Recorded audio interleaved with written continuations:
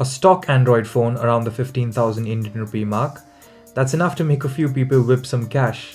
But there's more to the Mi A1 than meets the eye.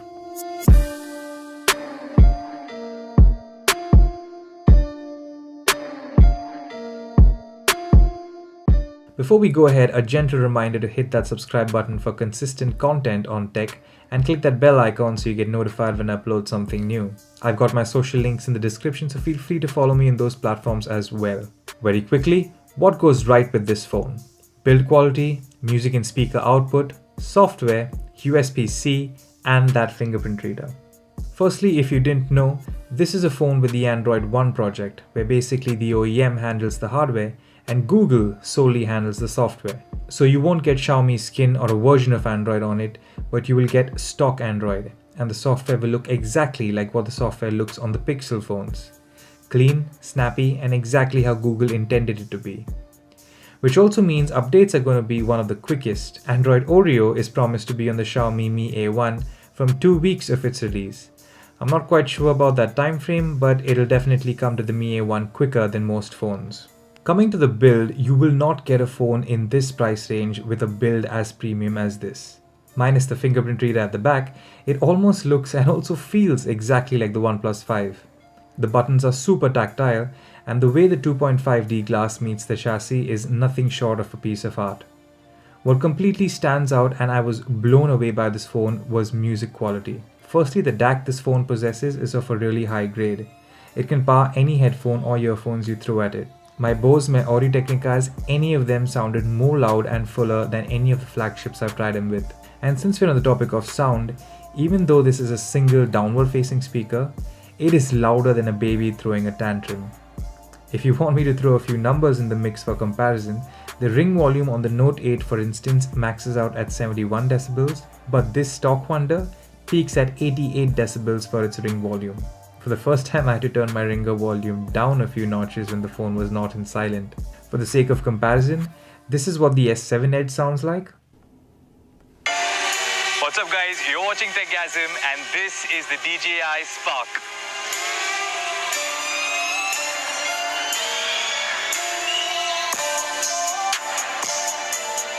This is what the dual forward-facing speakers on the Mi Max 2 sounds like.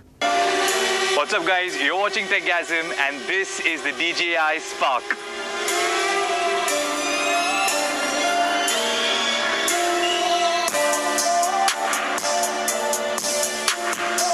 And this is what the Mi A1 sounds like. What's up guys, you're watching Techgasm and this is the DJI Spark.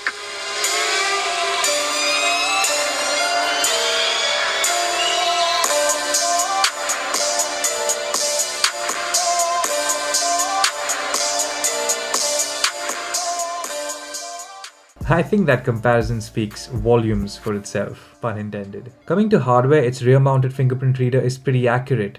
It's not the fastest, but I guess the only thing slowing it down is that stock animation to wake the phone. But as I said, it's definitely accurate. It also has an IR blaster, and this is quite a novelty on a stock Android phone. The only apps or bloat that you get on this rather Google Play Edition device is the Mi Remote, Mi Community icon, and the camera.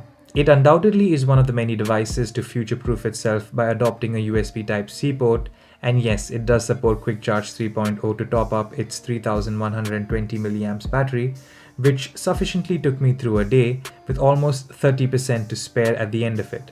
So what's not so great about the phone? Well, for starters, it does not have any form of water and dust protection.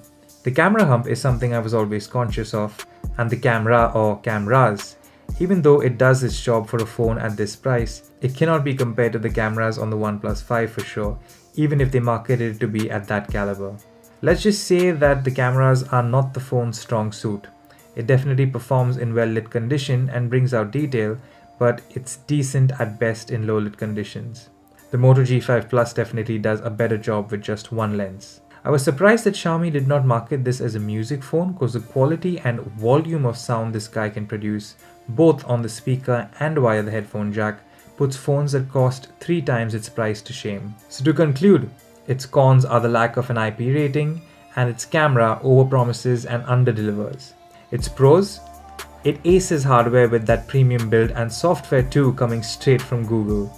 definitely excels in volume and sound quality, and of course, those honorable mentions like the IR blaster and expandable memory. So if any of these pros are something that you were really looking for, or any of these cons are not much of a deal breaker, it's not a bad phone to buy at this price. That's it from me. My name is Arnold.